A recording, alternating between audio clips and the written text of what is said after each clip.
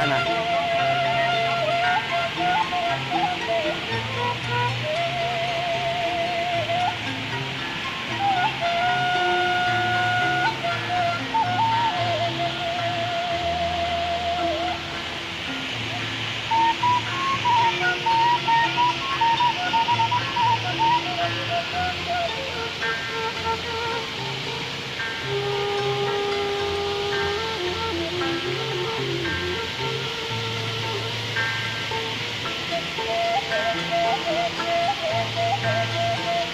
Alhamdulillah, tim ekspedisi dari Sunda Akur sudah sampai di Curug Inti kedua.